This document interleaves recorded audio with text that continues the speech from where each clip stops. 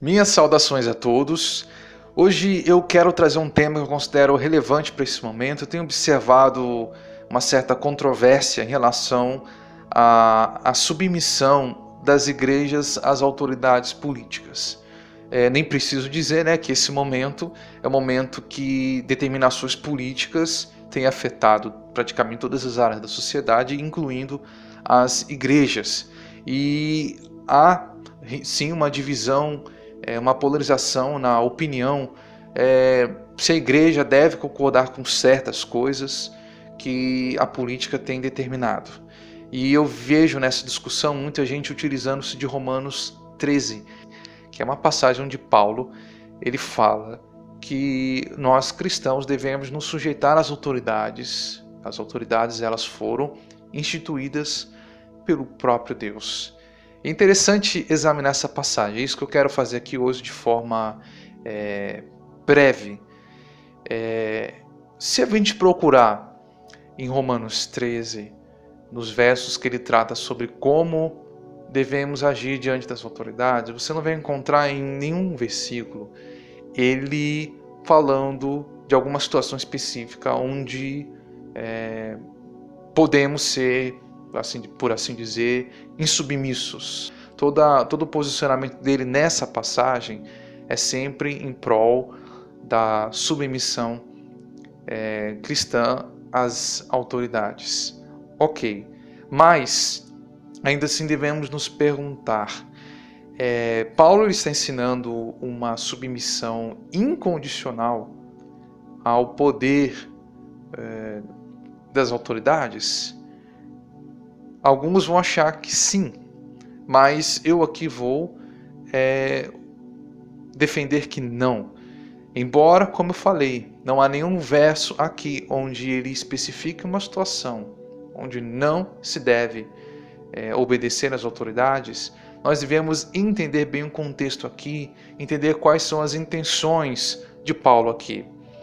Uma coisa que é fundamental para se observar nesses versos é que Paulo, quando ele fala da autoridade, eu gostaria que depois você lesse, se você já não conhece bem essa passagem, que você lesse várias vezes, se necessário for, que você fique familiarizado com ela, e você observe que sempre quando ele fala das autoridades, ele sempre fala delas alinhadas com a justiça de Deus.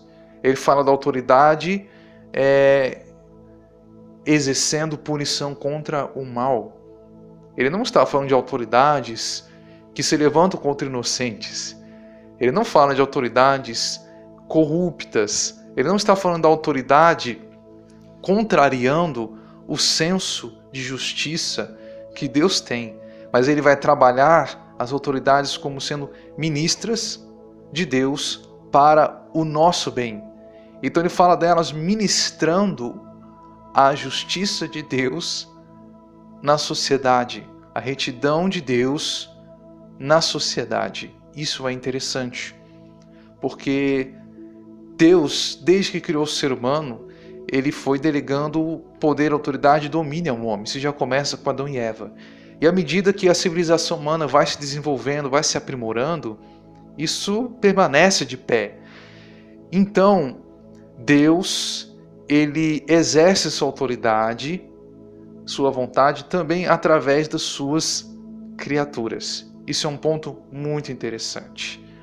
Então, não é só através da igreja que Deus age na sociedade, mas também através de instituições, sejam elas cristãs ou não.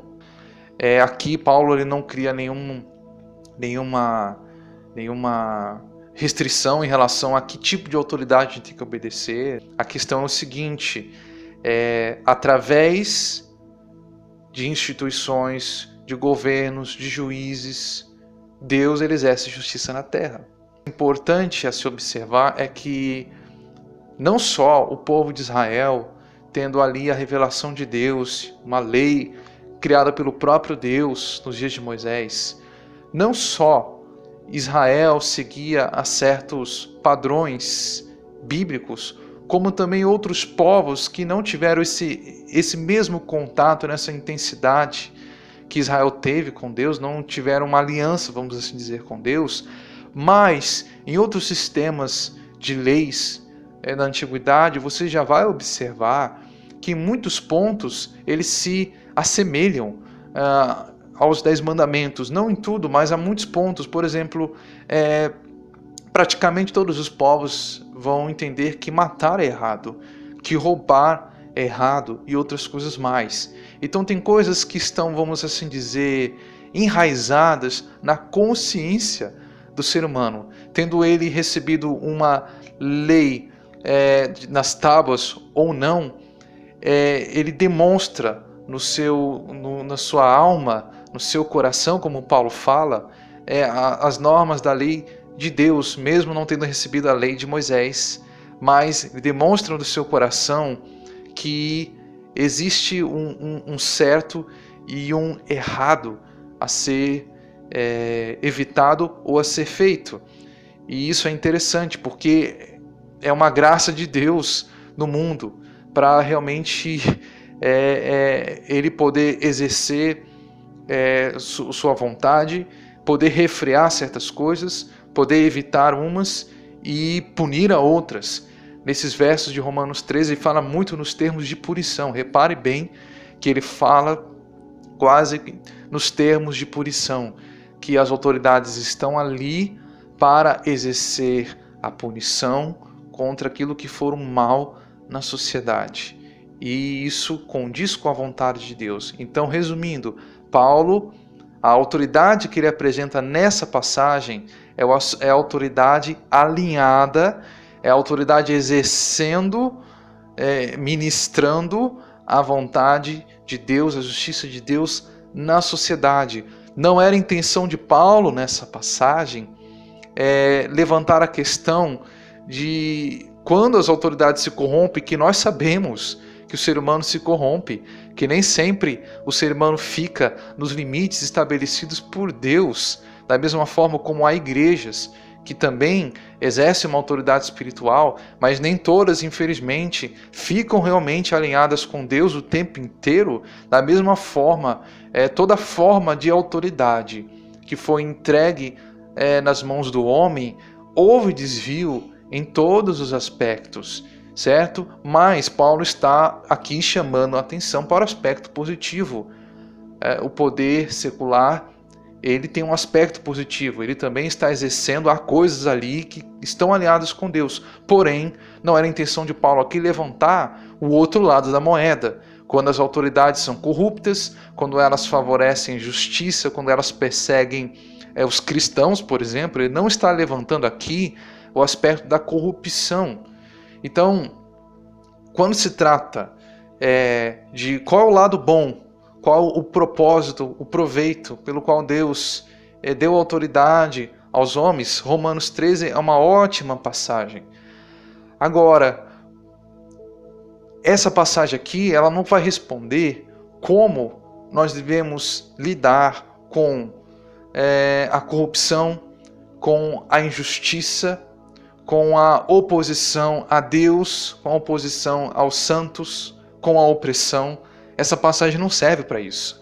Então, às vezes, há um cristão ali que ele está com razão discordando, expressando-se em discordância de certas coisas que politicamente são feitas, e às vezes vai lá o outro cristão e joga Romanos 13, não são todos que usam indevidamente, mas o que eu quero levantar aqui é que muita gente, infelizmente, está usando Romanos 13 indevidamente, porque Romanos 13 não está falando de desvios por parte das autoridades.